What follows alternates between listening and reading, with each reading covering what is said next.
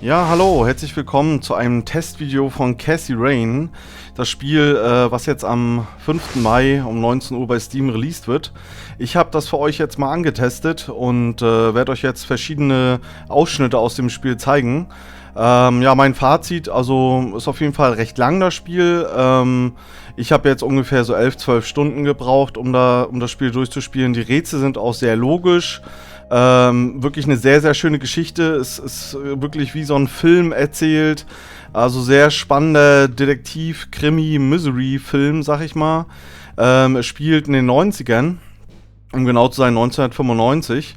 Und ja, wir sind Cassie Rain und unser Großvater ist gestorben und wir sind dann auf der Beerdigung und unsere Großmutter erzählt uns dann auch eine kleine Geschichte zu unserem Großvater und sie sagt halt, dass sie gerne damit abschließen möchte mit dem Thema und gerne wissen möchte, was genau passiert ist, warum dem Großvater das zugestoßen ist, was ihm da passiert ist und ja, und das wollte ich euch jetzt mal so ein bisschen zeigen und dann erstmal viel Spaß bei meinem Testvideo.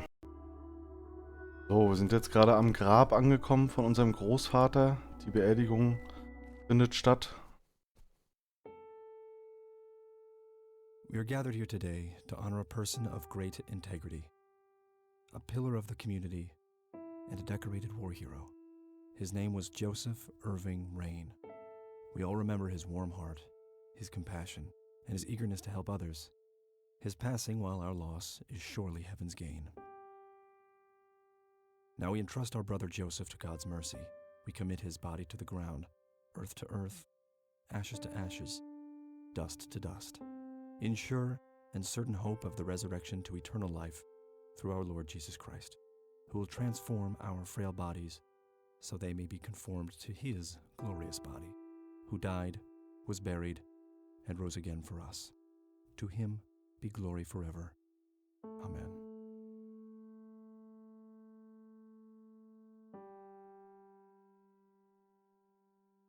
So, jetzt wird unser Großvater gerade beerdigt. Kathy, you big baby, just talk to her. Kommt halt der erste Kontakt zu unserer Großmutter. Mary Elizabeth Rain, my grandmother on my father's side. Dann reden wir jetzt auch gleich nochmal mit ihr. Excuse me, Mrs. Rain? Have we met, hon? You look strangely familiar. It's me. It's Catherine. Catherine? Who? You don't recognize me? I guess it's been a while. I might be a bit taller than you remember me. Kathy? Bless my soul. Look at you, all grown up. Oh, how I wish Joseph could see you now, finally coming home. Let's hope he can. Wherever he is. A comforting thought, dear. Lord, how long has it been? 10 years? 15? 15 sounds about right. I was 6 when Mom took me away. Goodness, we have some catching up to do then. I want to know everything. Listen, I'm not quite ready to leave yet, but why don't you join me at the house in half an hour? Sure, I'd love to. I passed it on my way here. It shouldn't be too hard to find. I'll see you soon then. I'm so glad you found your way back home. I can't wait for us to have a chance to talk. Same here. See you in a bit. So, das war jetzt erstmal unser Gespräch mit unserer Großmutter. Und sie ist natürlich sehr traurig darüber, dass unser Großvater gestorben ist. Und ja, in dem nächsten Abschnitt reden wir dann mal kurz mit ihr. Dann bis gleich. Das ist jetzt sozusagen der Bildschirm, wo wir immer unsere Orte aufsuchen, wo wir dann hinfahren. Und hier haben wir jetzt zum Beispiel den Friedhof, hier das Haus der Rains. Und dann fahren wir da mal hin. Zu dem Haus unserer Großeltern. Grandma, anybody home? Regnet natürlich auch schön draußen, sehr atmosphärisch. Dann gehen wir jetzt mal kurz zu unserer Großmutter. Trinkt eine Tasse Tee. I was just wondering what took you so long. Sorry, I couldn't resist taking that old wheelchair for a spin. Oh, don't give me that look. I put it back. You haven't changed one bit. Always kidding around, just like when you were little. Come, have a seat. We have so much to talk about. So, jetzt reden wir mal kurz mit unserer Großmutter, worum es überhaupt geht. So, now, tell me about your life in the city. Oh, there's not much to tell. I'm going to school for journalism. It's my second year. I ride a motorcycle in case you missed it there out front. Oh, that's right. Just like your father. Yeah, I suppose. I must ask, have you heard anything from your father? Anything at all? No, nothing since he bailed way back then. I expected as much. He disappeared without a trace. No matter, that's ancient history. How's Sharon then? Sharon ist unsere Mutter, die haben wir in die Psychiatrie eingewiesen und ja, das erzählen wir jetzt gerade unserer Großmutter. Mom is... I had her committed to a place where she could get some real help. I just couldn't take it anymore. I'm sorry to hear that. In spite of everything that happened when she took you away. Yeah, about that. I'm sorry I didn't visit sooner, Grandma. Mom, she told me all these horrible lies about you and Grandpa. When I was old enough to understand what she was doing, I felt like it was much too late. It wasn't your fault, dear. You were a child. I'm just happy that you're here now. Me too. So, what about you? How have you been doing all these years? I've been lonely ever since the accident. There's no denying that. What accident? Goodness gracious. Of course you don't know. She took you away before it all happened. Don't know what? I will never forget that dreadful day. August 16th, 1981. It was the middle of the night when Sheriff Truman knocked on our door. He had Joseph with him. I couldn't even recognize Joseph at first. All dirty and wet with an awful blank stare on his face, like his soul had been ripped from his body. Since that day, he never spoke a word. Forever confined to that blasted wheelchair. Really? For all this time? I had no idea. It came as a shock to all of us. That's horrible, Grandma. I'm so sorry. Thank you, dear. Ja, das ist wirklich eine sehr krasse Geschichte, was unserem Großvater da passiert ist. Und ja, wir wollen dann da mal auf die Spur gehen, was da wirklich passiert ist. Und ja, das ist sozusagen unser Fragemenü hier. Hier werden dann immer unsere Notizblog-Einträge angezeigt. Werden dann auch aktualisiert, wenn wir was Neues rausfinden. Hier können wir dann zum Beispiel die Kirchenbroschüre zeigen. Dann fragen Sie mal ganz kurz. Why do you think Grandpa suddenly left that night in 81? I haven't the faintest idea. He acted very peculiar not long before it happened, disappearing for hours at a time. At first, I even suspected he was having an affair. When I asked him about it, he just said he was chasing old demons. Must have had something to do with the war. Ja, genau, jetzt geht es halt darum, um das Kriegstrauma. Was haben die Ärzte gesagt? Wie sieht es mit der Polizei aus? Das würde ich euch dann jetzt gleich mal im nächsten Video zeigen, wie wir dann jetzt, sag ich mal, so ein bisschen bei der Polizei nachfragen und dann bis gleich. So, wir versuchen jetzt mit dem Sheriff zu reden, ob er uns irgendwelche Unterlagen geben kann zu dem Fall, was unserem Großvater passiert ist. Deswegen reden wir jetzt gleich mal mit ihm. Hello, Sheriff. Do you have a moment? Not really. Make it quick. Do you know what happened to Joseph Rain in 81? He had a stroke in the woods. That's what happened. If that's all there is, why would Sheriff Truman open an investigation? It was just standard procedure. A general occurrence report always has to be filed. I see. Did you know him at all? No, I haven't been in town for long. Man sure has one hell of a reputation, though. It's been over a decade since he was put in that wheelchair, and people still talk about the man he used to be. It's like he was a cult leader or something. Sounds like a conspiracy theory to me. Could be, but you know what they say. Things too good to be true usually are. Genau, jetzt fragen wir nach dem Polizeibericht. Could I have a look at that report? Absolutely not. They're official police documents. Why not? I thought filed police reports are public record. Not in this state, they ain't. But I'm family. Doesn't that count for something? You consider yourself family? I've never even seen you before in this town. It's complicated. Guess what's complicated? Not to mention illegal. Handing out evidence to anyone who asks for it. So, versucht Come on, den... Sheriff, what's the big deal gerade nochmal zu bereden hier. It would make this girl very, very happy. Are you trying to use flirtation on an officer of the law? Well, that shit may work on numbnuts like Lenny, but I got work to do. Okay, also wir müssen jetzt quasi versuchen... A little help here? Don't you agree that he's taking by the book too far? Well, boss, she is his granddaughter, really. I don't think it's any... Don't you think I know that? There are rules. Am I the only one in here who cares about the law? Too much Okay. coffee? Try not to pop a vein. You So. want to see the inside of a cell? Oh, cuff me, officer. Spare me the torment of your rhetorical questions and veiled threats. Just follow the rules like everyone else.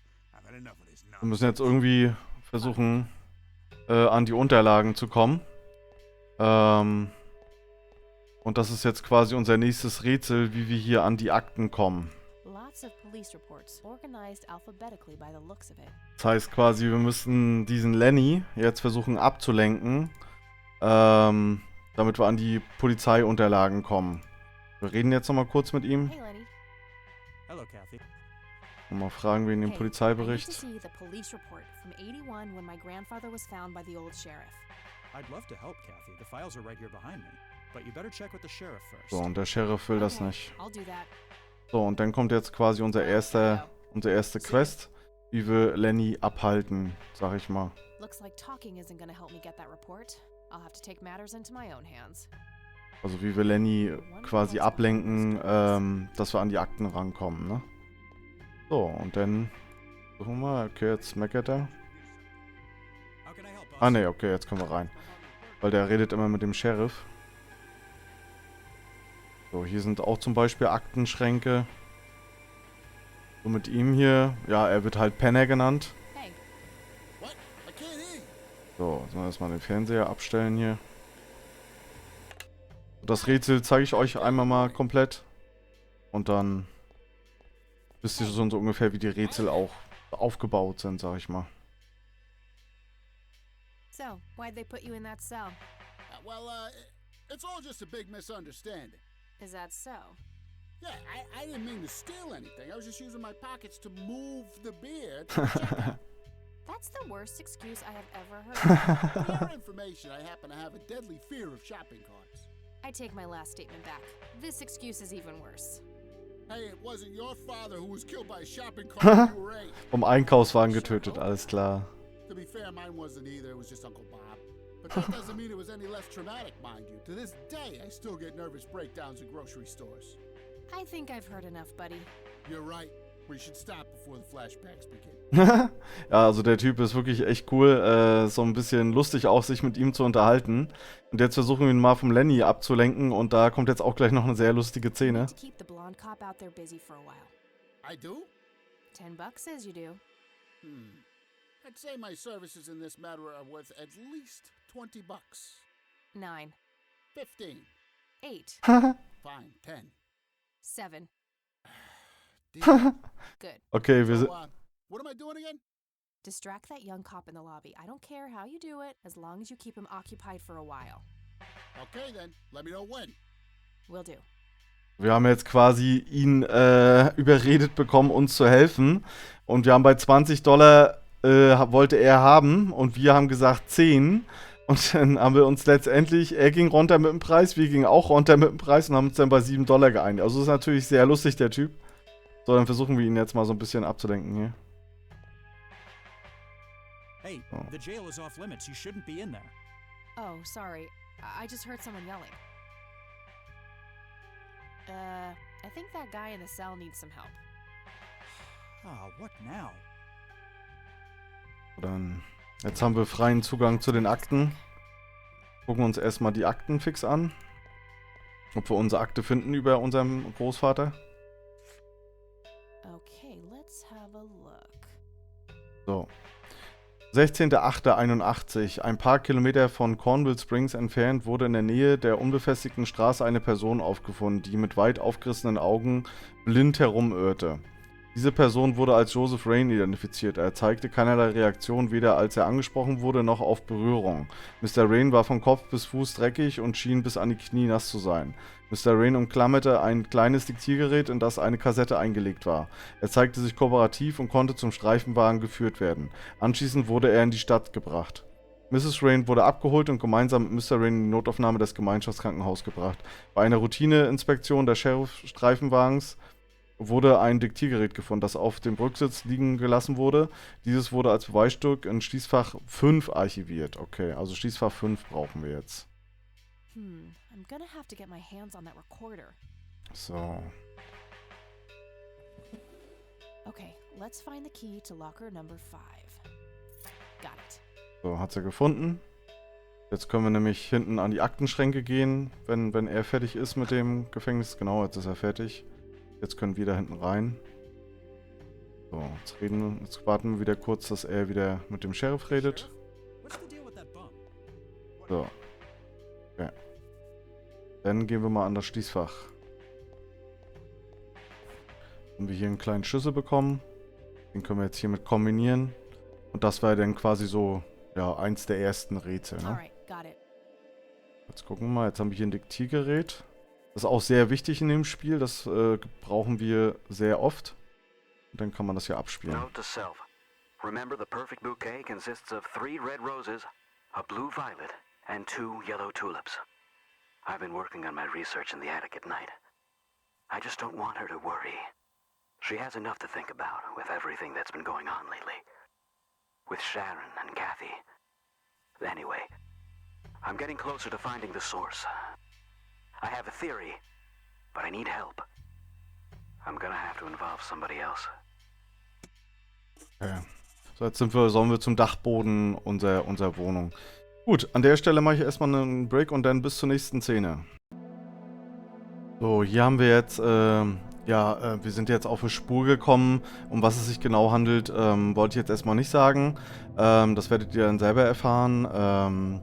Ja, und wir sind jetzt gerade an so einer Hütte angekommen und wollen jetzt hier gerade mit jemandem sprechen, der sehr wichtig für uns ist. Und ja, und jetzt zeige ich euch mal, wie man dieses Rätsel, sag ich mal, also der Anfang des Rätsels löst. Yes? Can I help you? I hope so. My name's Rain. Kathy Rain. Joseph's girl. The one they sent away. Yeah, that's right. Well, what do you want? I had some questions about your daughter, Lily. Well, you know what? I don't have any answers, girl. Lily was precious, special. Lily died. That's all there is to it. My grandfather came to see you, right? To ask about her? Maybe he did. I don't see how that's any of your business. I'm not asking for much, Mrs. Myers. Then clearly you have no idea what it's like losing a child. Goodbye. So. Sie will uns jetzt auf jeden Fall nicht reinlassen. Sie will auch nicht, dass wir mit ihr reden. Und deswegen gucken wir uns jetzt hier mal so ein bisschen um. Weil wenn ich jetzt nochmal zur Tür gehe und nochmal anklopfe, dann ist sie auch wieder verärgert. Und wieder Tür zu. Wohl, jetzt komm nochmal. Ich gehe nicht, solange ich keine Antworten habe. Ich bin immer noch hier und bleibe es auch, bis sie mit mir reden. Ich verdiene ein paar Momente ihrer Zeit.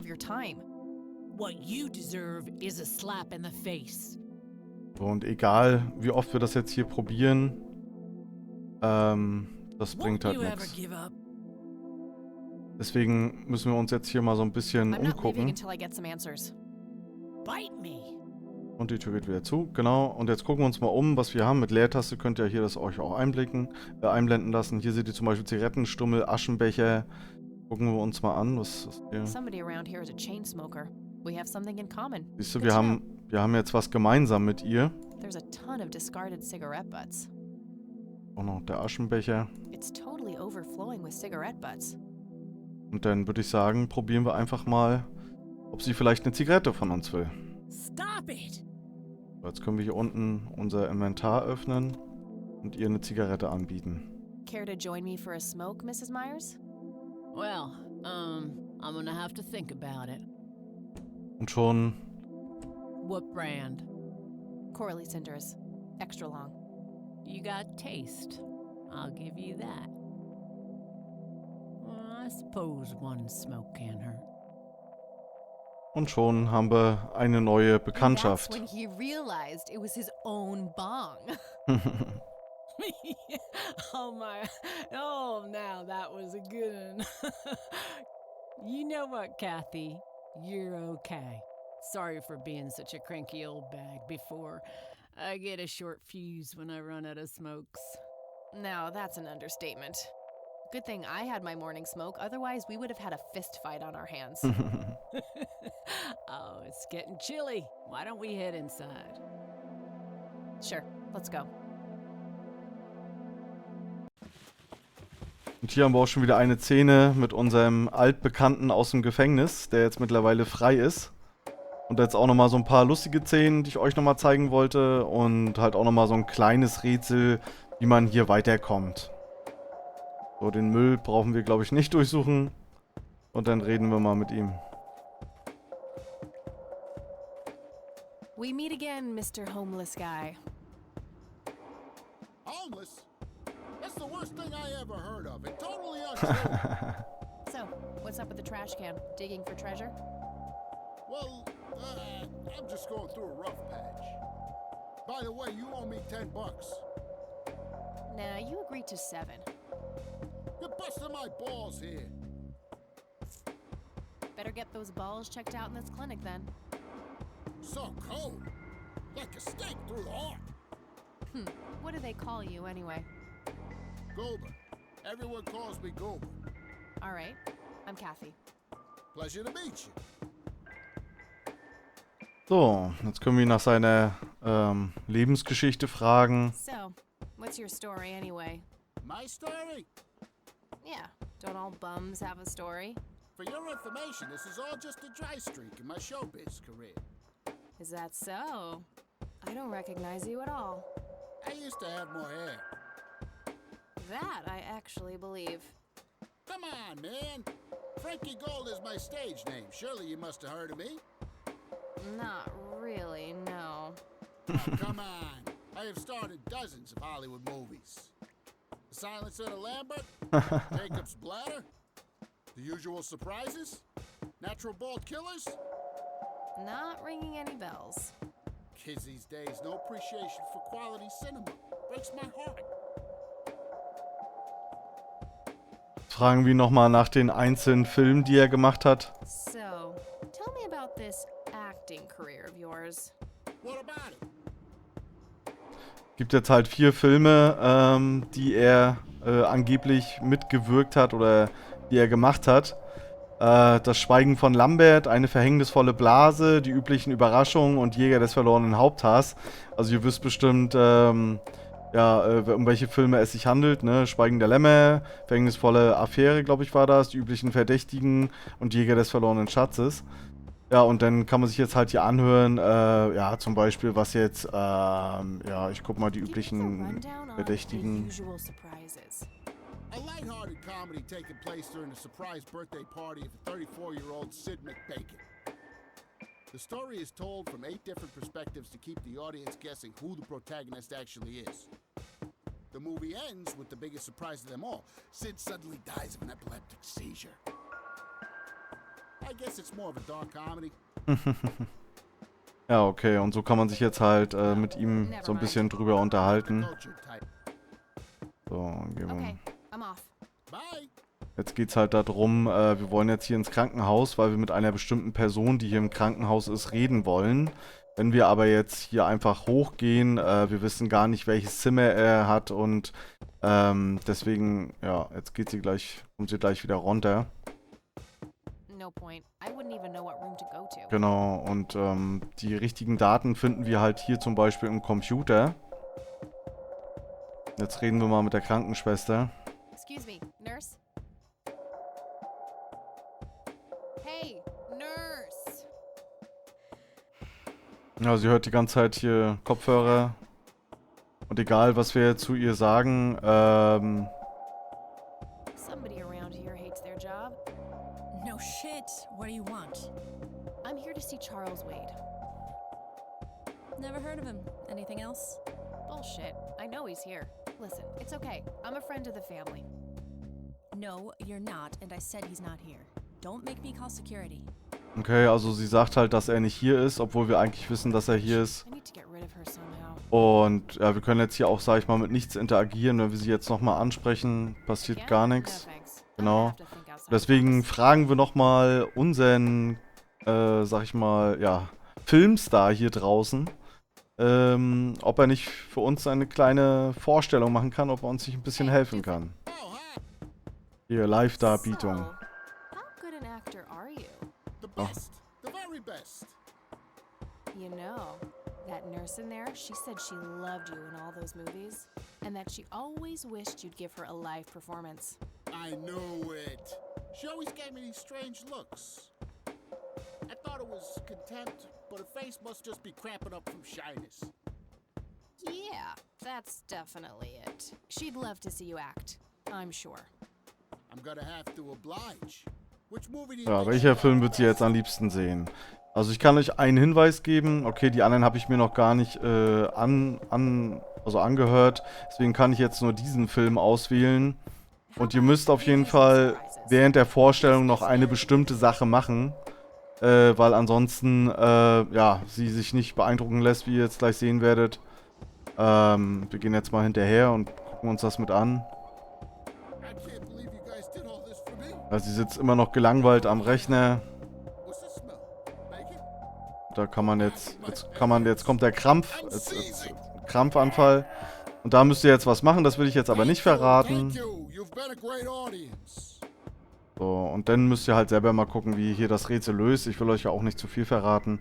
Und dann war das erstmal an der Stelle so ein bisschen, sag ich mal... Really an electrifying performance. I'll have to interview. Hier, sie sagt jetzt auch gerade elektrisierende Vorführung, ja. Ihr wisst eventuell, was haben wir denn hier elektrisches in unserem Inventar?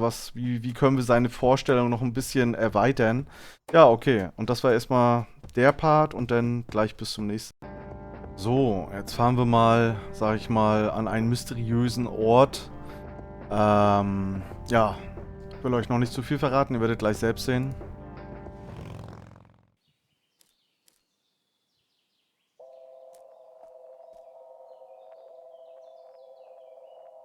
Well, this is it. This is where the picture was taken. I'm not sure what I expected to find here. I need to clear my head. Erstmal eine rauchen, genau.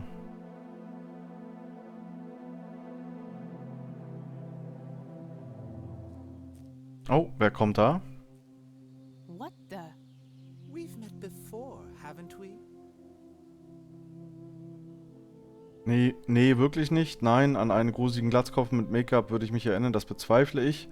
Sie sehen aus, als wären sie gerade vom Zirkus weggelaufen. Das ist nicht gerade mein Ding. Das bezweifle ich, Meister Propper, außer der Aufkleber auf einer Flasche Putzmittel zählt. I don't think so, Mr. Clean. Unless seeing your face on a bottle of detergent counts.